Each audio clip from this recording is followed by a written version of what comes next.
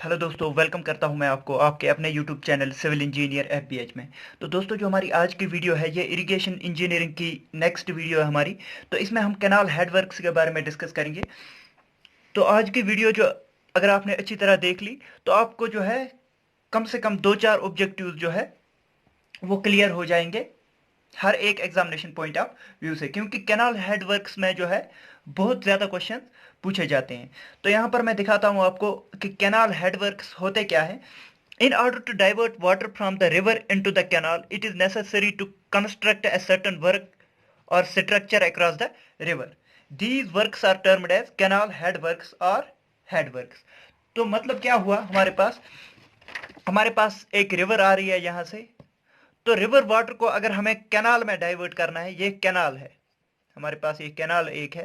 तो अगर हमें रिवर वाटर को, ये हमारे पास रिवर है, रिवर वाटर को अगर हमें कैनाल में डाइवर्ट करना है तो हमें कुछ स्ट्रक्चर्स यहाँ पर कंस्ट्रक्ट करने पड़ते हैं ताकि यहाँ पर जो है अप स्ट्रीम में वाटर की लेवल को इंक्रीज किया जाए और उसको कैनाल में फ्लो करवाया जाए।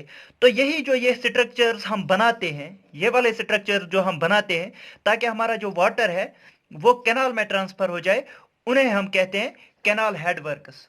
तो इन चीजों को कैनाल हेडवर्क्स कहते हैं ताकि हमारा वाटर जो है कैनाल में चला जाए। तो आपको ये समझ में आ गया होगा। Workers construct at head of the canal in order to divert the silt free water into the canal is called as diversion headworks.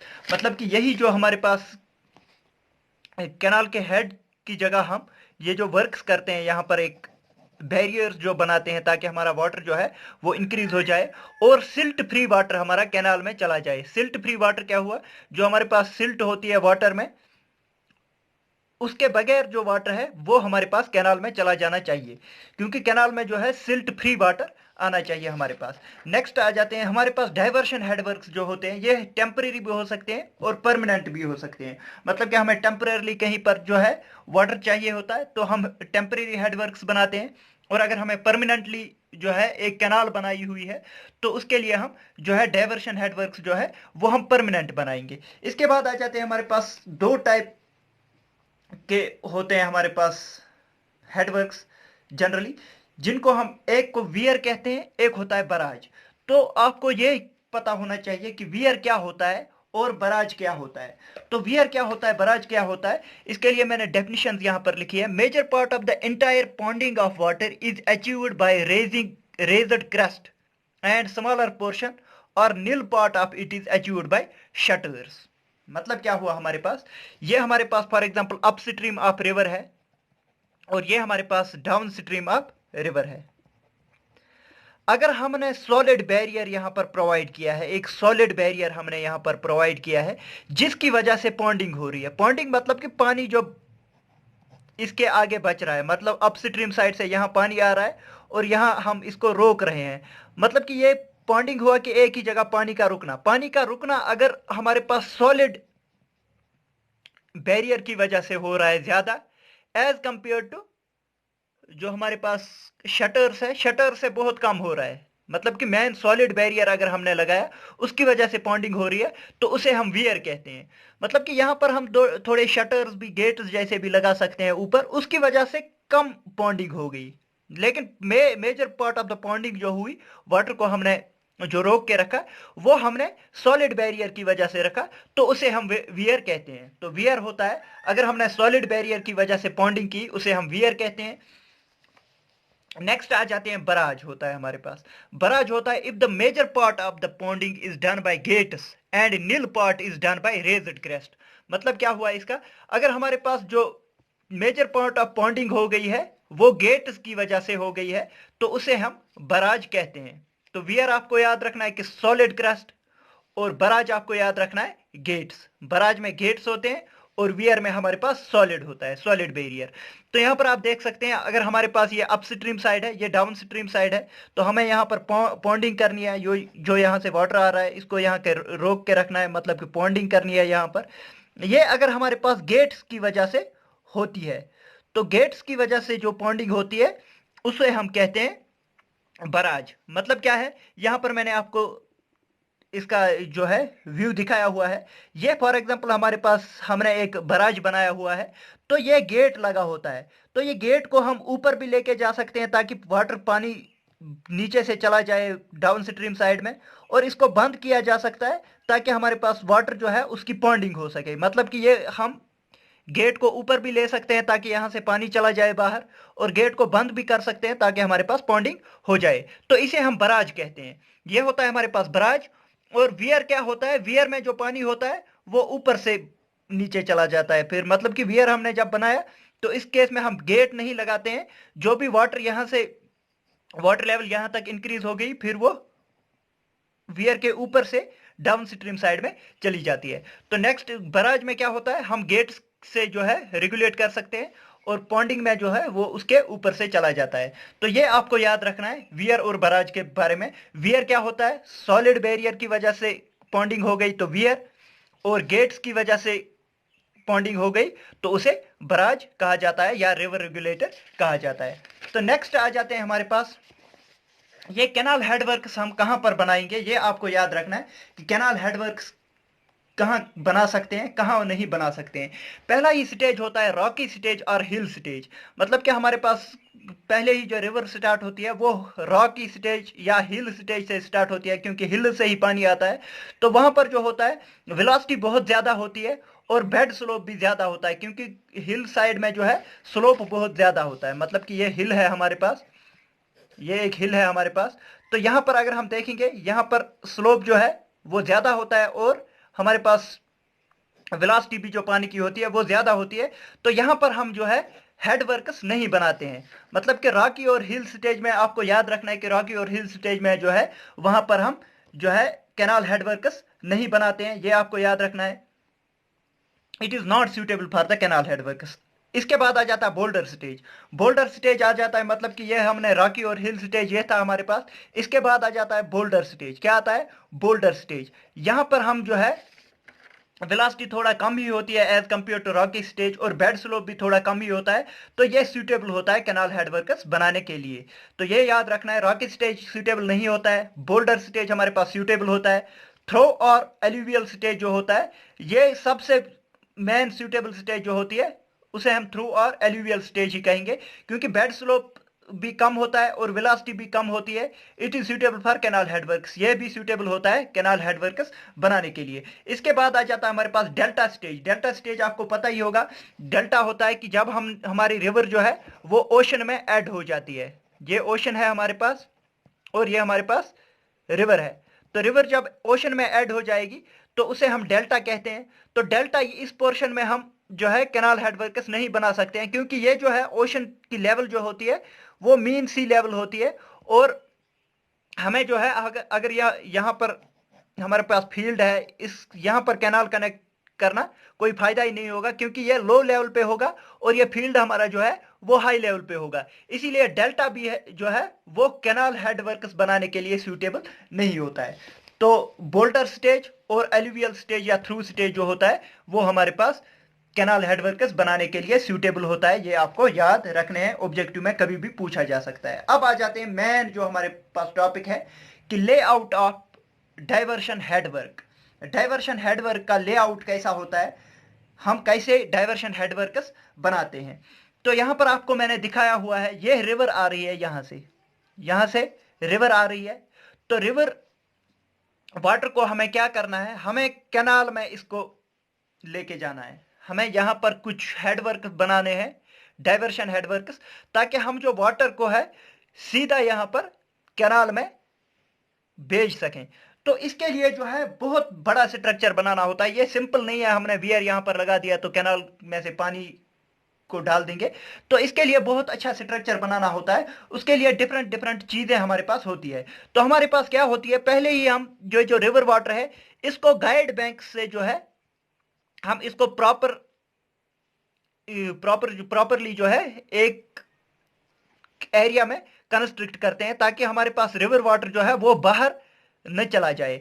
तो इसके लिए होते हैं गाइड बैंक्स। मतलब कि रिवर को गाइड करने के लिए हम गाइड बैंक्स बनाते हैं।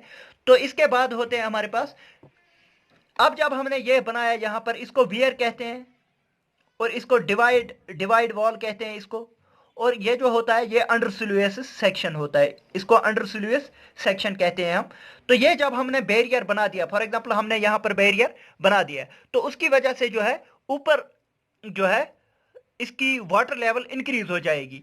इसीलिए जो वाटर लेवल इंक्रीज हो जाएगी ताकि वो यहां से बाहर न चला जाए, ये वाटर ये जो है यहां से बाहर न चला जाए, तो हम मार्जिनल बंड्स लगाते हैं। मार्जिनल बंड्स हम क्यों लगाते हैं? मार्जिनल बंड्स हम इसलिए लगाते हैं ताकि हम जो है वाटर को जो है यहां पर इस साइड से फ्लडिंग हो सकती है, तो फ्लडिंग को बचाने के लिए हम जो है मार्जिनल बंड्स लगाते हैं। मार्जिनल बंड्स कहां तक हम लगाते हैं? ताकि हमारे पास अगर यहां पर थोड़ी पहाड़ी है तो इन मार्जिनल बंड्स को जो है हम पहाड़ियों तक लेके जाते हैं, ताकि या फिर एलिवेटेड ग्राउंड अगर हमारे पास है तो उस तक लेके जाते हैं, ताकि हमारे पास जो है यहां से इस एरिया की फ्लडिंग ना हो सके, मतलब कि ये पानी यहां न चला जाए। तो ये होते हैं हमारे पास मार्जिनल बंड्स, ये होते हैं गाइड बैंक्स, ये होती है हमारे पास डिवाइड वॉल, ये होती है हमारे पास फिश लैडर, तो ये होती है नॉर्मल वियर पोर्शन, और ये होती है हमारे पास अंडर स्लूइस, ये होती है off taking canal, of taking canal होती है। और अंडर स्लूइस जिस साइड होता है, ये आपको याद रखना है, अंडर स्लूइस जिस साइड होता है उसी साइड हम जो है ऑफ टेकिंग कैनाल भी लेके जाते हैं। अंडर स्लूइस सेक्शन जिस साइड से होता है, ये भी ऑब्जेक्टिव में पूछा जाता है कभी, जिस साइड अंडर स्लूइस सेक्शन होता है उसी साइड से हम ऑफ टेकिंग कैनाल भी लेके जाते हैं। इसी तरह कभी ऐसा क्वेश्चन भी पूछा गया है अब एक दो बार कि अगर हमारे पास दो ऑफ टेकिंग कैनाल्स है, एक साइड से जा रही है, दूसरी साइड से जा रही है, तो हमें अंडर स्लूइस कितने बनाने होते हैं? तो उसके लिए आपको याद रखना है कि अगर हमारे पास जो है दो ऑफ टेकिंग कैनाल्स होती है, ये हमारे पास गाइड बैंक्स है, ये हमने गाइड बैंक्स लगाए हैं, तो अगर एक ऑफ टेकिंग कैनाल यहां से जा रही है, दूसरी ऑफ टेकिंग कैनाल यहां से जा रही है, ये एक कैनाल है, ये दूसरी कैनाल है, तो हमें जो है अंडर स्लूइस सेक्शन भी दो बनाने हैं और फिश लैडर भी दो बनाने हैं, और हमारे पास डिवाइड वॉल्स भी दो आएंगी, एक यहां पर और एक यहां पर, और मैन वियर जो आएगा वो बीच में आएगा, ये आएगा मैन वियर, ये हमारे पास मैन वियर है। और अंडर स्लूइस सेक्शन भी दो आएंगे, ये और ये, हमारे पास डिवाइड वॉल्स भी दो आएंगे और फिश लैडर्स भी हमारे पास दो आएंगे। तो ये चीजें आपको याद रखनी है, अगर हमारे पास दो कैनाल जा रही है तो हमारे पास अंडर स्लूइस सेक्शन दो होने चाहिए, तो ये भी आपको याद रखना है ऐसे ही। तो अंडर स्लूइस सेक्शन जो होता है, अंडर स्लूइस सेक्शन, इसका मैं अगर आपको व्यू दिखाऊं तो ये होता है हमारे पास कुछ, यहां पर फिश लैडर बना दी, ये फिश लैडर वाला सेक्शन है। ये अंडर स्लूइस सेक्शन जो है, अंडर स्लूइस सेक्शन, ये हमारा अंडर स्लूइस सेक्शन है, ये थोड़ा नीचे दिया होता है, और इसके नीचे यहां पर थोड़े गेट्स दिए हुए होते हैं, ये आपको याद रखना है, यहां पर गेट्स दिए होते हैं। और ये हमारे पास वियर है, ये फिश लैडर है यहां पर, और ये हमारे पास जो है अंडर स्लूइस सेक्शन है। अंडर स्लूइस सेक्शन जो है ये थोड़ा नीचे दिया हुआ होता है, इसके बारे में आगे डिस्कस करेंगे कि ये क्यों नीचे दिया हुआ होता है। इसके लिए हम कुछ डेफिनेशन पढ़ते हैं। रिवर ट्रेनिंग पहले ही होता है कि river training works are required near the weir in order to smooth flow होना चाहिए, और to prevent the river from out flanking, मतलब कि रिवर को बाहर जाने से रोकने के लिए भी हम जो है रिवर ट्रेनिंग वर्क्स प्रोवाइड करते हैं। तो रिवर ट्रेनिंग वर्क्स में क्या क्या प्रोवाइड करते हैं? गाइड बैंक्स प्रोवाइड करते हैं, जो मैंने आपको यहां पर बता दिया, गाइड बैंक्स प्रोवाइड करते हैं, ये वाले गाइड बैंक्स प्रोवाइड करते हैं, और मार्जिनल बंड्स भी प्रोवाइड करते हैं, और हमारे पास स्पर्स एंड गायरॉन्स होते हैं, ये भी हम प्रोवाइड करते हैं। तो गाइड बैंक्स क्यों प्रोवाइड करते हैं? Guide banks force the river into the restricted channel, guide banks जो है इस रिवर को रिस्ट्रिक्ट करते हैं कि रिवर को फ्लो करना है इसी एरिया में, ये रिस्ट्रिक्ट करते हैं, जो रिवर आ रही है ऊपर से इसको रिस्ट्रिक्ट करता है कि आपको फ्लो करना है इस एरिया में जितना हमने गाइड बैंक्स प्रोवाइड किए हैं।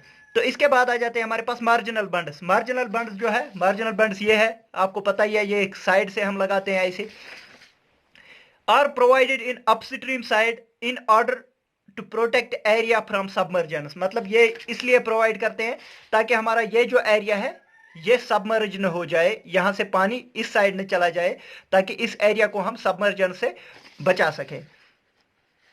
Due to the rise in the high flood level, जब हम यहां पर एक बैरियर प्रोवाइड करेंगे तो हाई फ्लड लेवल इंक्रीज हो जाएगा, इसीलिए जो है ये मार्जिनल बंडल्स यहां से प्रोवाइड किए जाते हैं। These bundles are continued till they join the contours of the higher than high flood level। तो ये तब तक हम लेके जाते हैं आगे जब तक ये हमारे पास ऐसे कंटूर्स को नहीं मिल जाते जो हाई फ्लड लेवल लाइन से ज्यादा होते हैं, मतलब थोड़ी पहाड़ी जैसी होगी, वहां तक लेके जाते हैं। तो नेक्स्ट आ जाते हैं हमारे पास स्पर्स एंड गायरॉन्स क्या होते हैं। स्पर्स एंड गायरॉन्स क्या होते हैं, मैं आपको यहाँ पर दिखाऊंगा कि स्पर्स एंड गायरॉन्स क्या होते हैं। फॉर एग्जाम्पल हमने यहाँ पर मार्जिनल बंड्स बना दिए, ये हमने मार्जिनल बंड्स बना दिए, तो इनका जो एम्बैंकमेंट होता है इसके नीचे सॉइल होगी, तो एम्बैंकमेंट प्रोवाइड करने के लिए यहां पर हम स्पर्स एंड गायरॉन्स प्रोवाइड करते हैं, ताकि ये जो है हमारे पास इनका एम्बैंकमेंट जो है वो उठ न जाए, इसीलिए हम स्पर्स एंड गायरॉन्स प्रोवाइड करते हैं। तो ये होता है, these are the barrier walls that protect the earthen embankment near marginal bunds, मतलब मार्जिनल बंड्स के नीचे जो अर्थ होगी उसको प्रोटेक्ट करने के लिए हम स्पर्स एंड गायरॉन्स प्रोवाइड करते हैं। नेक्स्ट आ जाता है हमारे पास ए फ्लक्स क्या होता है, बहुत ही इंपॉर्टेंट ऑब्जेक्टिव बन जाता है कि ए फ्लक्स होता क्या है हमारे पास। तो ए फ्लक्स क्या होता है हमारे पास, फॉर एग्जांपल ये हमारे पास एक रिवर बेड है, तो इसके आगे हमने क्या बनाया हुआ है, यह है फॉर एग्जांपल इसका वियर। अगर वियर बनाने से पहले हमारे पास फ्लो ऐसे जा रहा था, इतना लेवल था फ्लो का लेवल यह था, जब हमने वियर प्रोवाइड नहीं किया था, तो यह था हमारे पास हाई फ्लड लेवल। इसके बाद जब हम वियर बनाएंगे तो अपस्ट्रीम साइड ये है, डाउनस्ट्रीम साइड ये है, तो अपस्ट्रीम साइड में वाटर की लेवल कुछ ऐसे इंक्रीज होके जाएगी। तो ये जो इंक्रीज वाटर लेवल है ऑन अपस्ट्रीम साइड, इसे हम ए फ्लक्स कहते हैं। ये याद रखना, आप हमेशा याद रखना कि हाई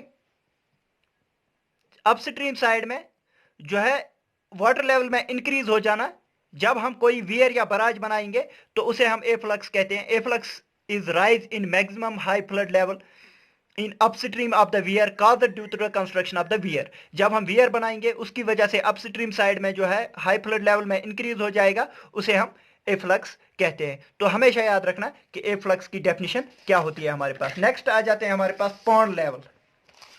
पॉन्ड लेवल क्या होती है, पॉन्ड लेवल होती है water level record in the undersluice pocket in the upstream of the canal head regulator so that to feed the canal with its full supply is known as pond level। pond level क्या होती है, मैंने आपको यहां पर दिखा दिया है, ये होती है अंडरस्लूइस। तो अंडरस्लूइस में हम क्या करते हैं, हमारे पास स्टिल वाटर होता है यहां पर, तो अंडरस्लूइस में वाटर की लेवल कितनी होनी चाहिए ताकि हम जो है ऑफ टेकिंग कैनाल जो है उसका हम फुल हेड रख सके, उसे हम कहते हैं पॉन्ड लेवल। मतलब ये हमारे पास अंडरस्लूइस है, ये हमारे पास अंडरस्लूइस है और हमने यहां पर ऑफ टेकिंग कैनाल लगाई हुई है। तो अंडरस्लूइस में वाटर लेवल कितनी होनी चाहिए, अंडरस्लूइस में वाटर लेवल कितनी होनी चाहिए ताकि हम इस कैनाल को जो है फुल सप्लाई लाइन तक जो है फुल सप्लाई लाइन तक प्रोवाइड कर सके, उसे हम पॉन्ड लेवल कहते हैं। इसको हम पॉन्ड लेवल कहेंगे।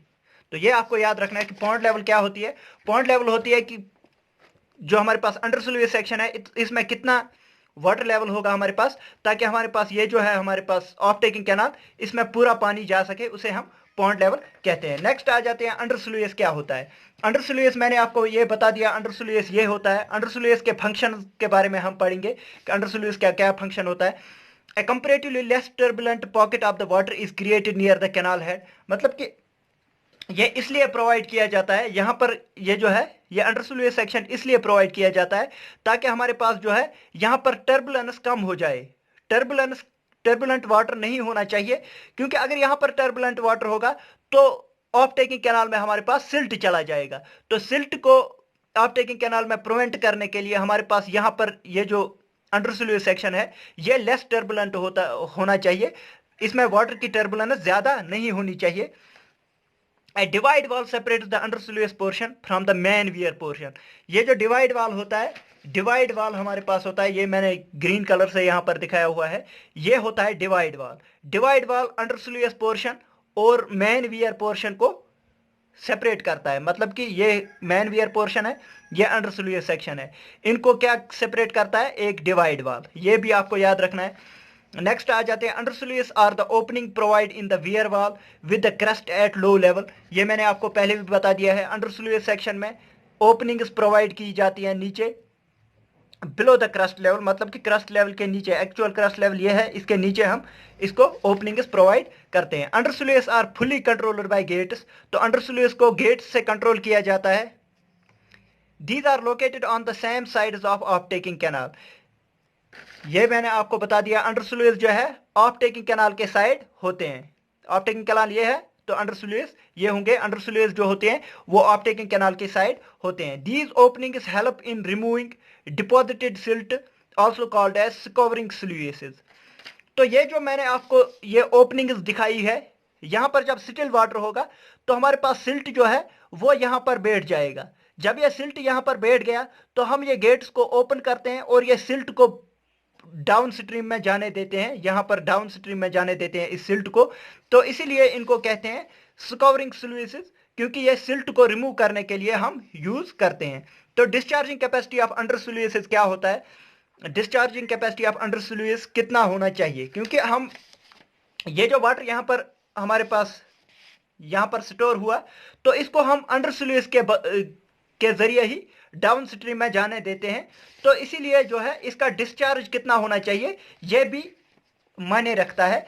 इसीलिए आपको याद रखना चाहिए कि 2 times the maximum discharge of off taking canal. Of taking canal का जो डिस्चार्ज होता है उसका 2 टाइम्स होना चाहिए। जो हमारे पास अंडरस्लूइसेस होते हैं उनका डिस्चार्ज 2 टाइम्स होना चाहिए ऑफ टेकिंग कैनाल के डिस्चार्ज से, या फिर होना चाहिए मैक्सिमम विंटर डिस्चार्ज, मतलब कि डिस्चार्ज जो है मैक्सिमम विंटर डिस्चार्ज जो होना चाहिए उस जितना होना चाहिए, या फिर होना चाहिए 20% of the maximum flood discharge.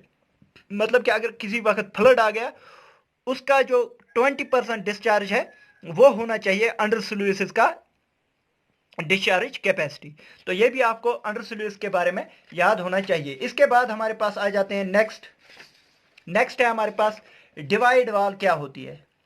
Divide wall क्या होती है, डिवाइड वॉल आपको मैंने बता दिया, अंडरस्लूइस को सेपरेट करने के लिए, मैन वियर से सेपरेट करने के लिए हम ये डिवाइड वॉल प्रोवाइड करते हैं। तो यहां पर आप देख सकते हैं इट इज अ मैसनरी और कंक्रीट वॉल, या फिर ये मैसनरी की बनी होती है या कंक्रीट की बनी होती है।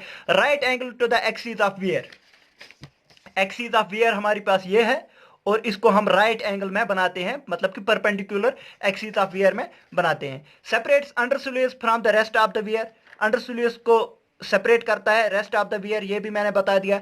Top width of the divide wall is 1.5 to 2.5 metre. ये मैंने छोटा सा डिवाइड वॉल यहां पर दिखाया हुआ है, लेकिन इसकी जो टॉप विड्थ होती है, ये विड्थ इसकी जो होती है वो होती है 1.5 to 2.5 मीटर। नेक्स्ट आ जाते हैं divide wall x tends beyond the canal head regulator. ये भी आपको याद रखना है कि डिवाइड वॉल जो होती है, कैनाल हेड रेगुलेटर ये है हमारे पास, ये होता है कैनाल हेड रेगुलेटर जो रेगुलेट करता है कि कैनाल में कितना पानी जाएगा। इससे आगे तक होता है, ये थोड़ा मैंने कम बनाया हुआ है, तो कैनाल हेड रेगुलेटर से आगे तक होता है हमारे पास डिवाइड वॉल, ये आपको याद रखना है। इसके बाद आ जाते हैं हमारे पास फिश लैडर क्या होती है। फिश लैडर क्यों हम यूज करते हैं, तो फिश लैडर क्यों हम यूज करते हैं, ये हमारे पास अप स्ट्रीम है, ये डाउन स्ट्रीम है।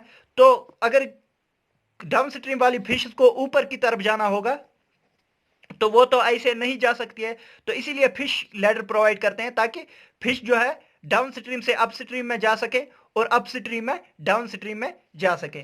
तो हमारे पास जनरली आपसे पूछा जाएगा कि एनाड्रोमस फिश किसे कहते हैं।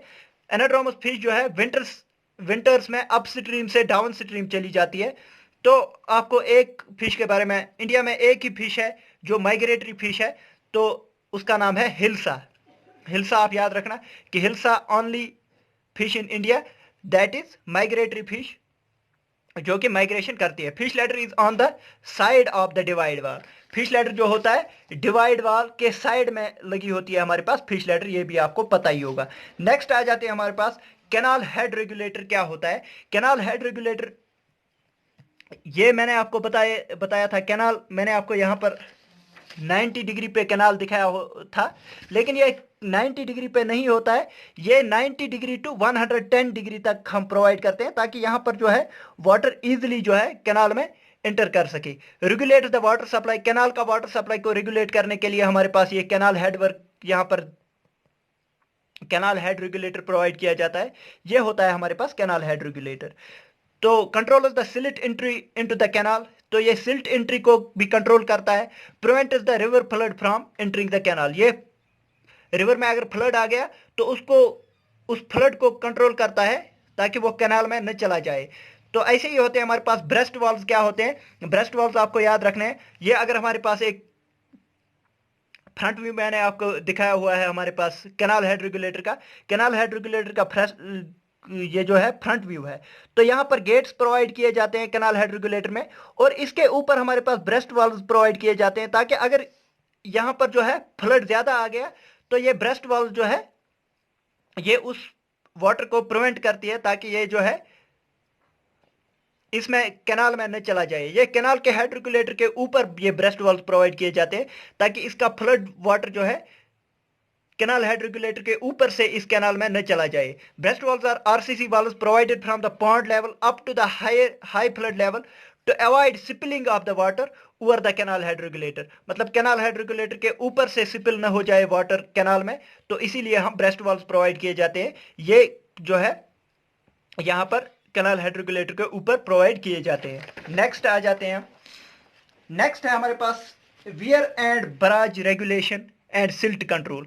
सिल्ट कंट्रोल के लिए हमारे पास दो टाइप्स ऑफ रेगुलेशन होती है, एक होती है सिटिल पॉन्ड रेगुलेशन, एक होती है सेमी ओपन फ्लो रेगुलेशन। तो सिटिल पॉन्ड रेगुलेशन क्या होता है, यहां पर मैं दिखाऊंगा आपको। सिटिल पॉन्ड रेगुलेशन क्या होता है, अगर हम अंडर स्लूइस को क्लोज करेंगे, अंडर स्लूइस को क्लोज रखेंगे, जब कैनाल में वाटर जा रहा है तो उस वक्त अंडर स्लूइस को क्लोज करके रखेंगे, उसे हम कहते हैं सिटिल पॉन्ड रेगुलेशन। मतलब कि when all gates of under sluice are closed when water enters into the canal, मतलब कि जब कैनाल में वाटर जा रहा है उस वक्त अंडर स्लूइस के तमाम गेट्स जो है उनको हम बंद करेंगे, तो उसे कहते हैं सिटिल पॉन्ड रेगुलेशन। मतलब कि इसमें जो है सिल्ट कंट्रोल का बहुत ही अच्छा इफेक्ट रहता है। सिल्ट कंट्रोल जो है वो अच्छा रहता है इसमें। और नेक्स्ट आ जाते हैं सेमी ओपन फ्लो रेगुलेशन। क्या होता है, अगर हम ये जो है अंडर स्लूइस के आधे गेट्स ओपन रखेंगे और आधे गेट्स क्लोज रखेंगे, जिस वक्त वाटर जो है ऑफ टेकिंग कैनाल में जा रहा है, उसे हम कहते हैं सेमी ओपन फ्लो रेगुलेशन। मतलब कि कुछ गेट्स ओपन होते हैं और कुछ गेट्स क्लोज्ड होते हैं। Do not provide the proper control over the entry of silt into the canal. इसमें जो है प्रॉपर कंट्रोल नहीं रहता है क्योंकि टर्बुलेंस ज्यादा हो जाती है। उस वजह से जब आधे गेट्स ओपन होंगे और आधे गेट्स क्लोज्ड होंगे तो उस वक्त से उस समय जो है सिल्ट कंट्रोल जो है वो उसका कम रहता है semi open flow regulation case में। तो सिटिल पॉन्ड रेगुलेशन में जो है सिल्ट कंट्रोल अच्छा होता है और semi open flow regulation case में जो है सिल्ट का कंट्रोल ज्यादा नहीं रहता है, क्योंकि कैनाल में जो है उस वक्त सिल्ट भी चला जा सकता है। नेक्स्ट है दो इंपॉर्टेंट डेफिनेशन जो है, एक होता है सिल्ट एक्सक्लूडर क्या होता है, एक होता है सिल्ट एक्सट्रैक्टर क्या होता है। तो सिल्ट एक्सक्लूडर क्या होता है, these are the devices constructed on the river bed in front of the canal head regulator. यह है कैनाल हेड रेगुलेटर। तो कैनाल हेड रेगुलेटर के सामने अगर हम बनाएंगे सिल्ट एक्सक्लूडर को तो उसे हम कहते हैं सिल्ट एक्सक्लूडर। ये आपको पोजीशन के बेसिस पे ये पूछा जाएगा। कैनाल हेड रेगुलेटर के आगे बनाएंगे तो उसे हम सिल्ट एक्सक्लूडर कहते हैं। Silt is removed from the water before it enters into the canal. मतलब कि सिल्ट को, ये जो पानी यहां से यहां जा रहा है, तो सिल्ट एक्सक्लूडर पहले ही पानी को, जो पानी में से सिल्ट को बाहर निकालेंगे, उसे हम सिल्ट एक्सक्लूडर कहते हैं। डायरेक्टली आपको ऑब्जेक्टिव पूछा जाएगा कि ऐसा डिवाइस बताइए जो पानी में से पहले ही सिल्ट को बाहर निकालता है, तो उसे हम सिल्ट एक्सक्लूडर कहते हैं। इसके बाद आ जाते हैं हमारे पास सिल्ट एक्सट्रैक्टर क्या होता है। Silt extractor are those silt control devices which remove the silt when which has already entered into the canal. It is provided a little distance downstream of the canal head regulator. तो हमारे पास क्या होता है, अब अगर कुछ silt water में चला गया, कैनाल वाटर में चला गया, तो डाउन स्ट्रीम में कहीं पर हम जो है सिल्ट एक्सट्रैक्टर्स प्रोवाइड करते हैं। ये हम कैनाल हेड के हेड रेगुलेटर के डाउन स्ट्रीम में प्रोवाइड करते हैं, इन्हें हम सिल्ट एक्सट्रैक्टर्स कहेंगे, सिल्ट एक्सट्रैक्टर्स। तो सिल्ट एक्सट्रैक्टर्स क्या होते हैं, ये हम down stream of the canal head regulator provide करते हैं, ताकि जो हमारे पास वाटर में सिल्ट आ भी गया तो उसको रिमूव करने के लिए हमारे पास सिल्ट एक्सट्रैक्टर्स होते हैं। सिल्ट एक्सक्लूडर जो है कैनाल में पानी जाने से पहले ही सिल्ट को रिमूव करता है, और सिल्ट एक्सट्रैक्टर जो है वो कैनाल में अगर पानी चला गया उसमें सिल्ट है तो उस सिल्ट को एक्सट्रैक्ट करने के लिए सिल्ट एक्सट्रैक्टर्स होते हैं। तो सिल्ट एक्सट्रैक्टर जो होता है वो ज्यादा अच्छा होता है as compared to silt excluder, ये भी ऑब्जेक्टिव में पूछा जाता है। तो सिल्ट एक्सट्रैक्टर जो होता है वो ज्यादा ठीक रहता है as compared to silt excluder. तो दोस्तों ये था कैनाल हेड रेगुलेटर्स के बारे में। वीडियो बहुत लंबी हो गई, अगर आपको वीडियो पसंद आई, वीडियो को लाइक कीजिए, शेयर कीजिए अपने दोस्तों के साथ, और सब्सक्राइब कीजिए हमारे चैनल सिविल इंजीनियर FBH को। थैंक यू दोस्तों, thank you for watching the video.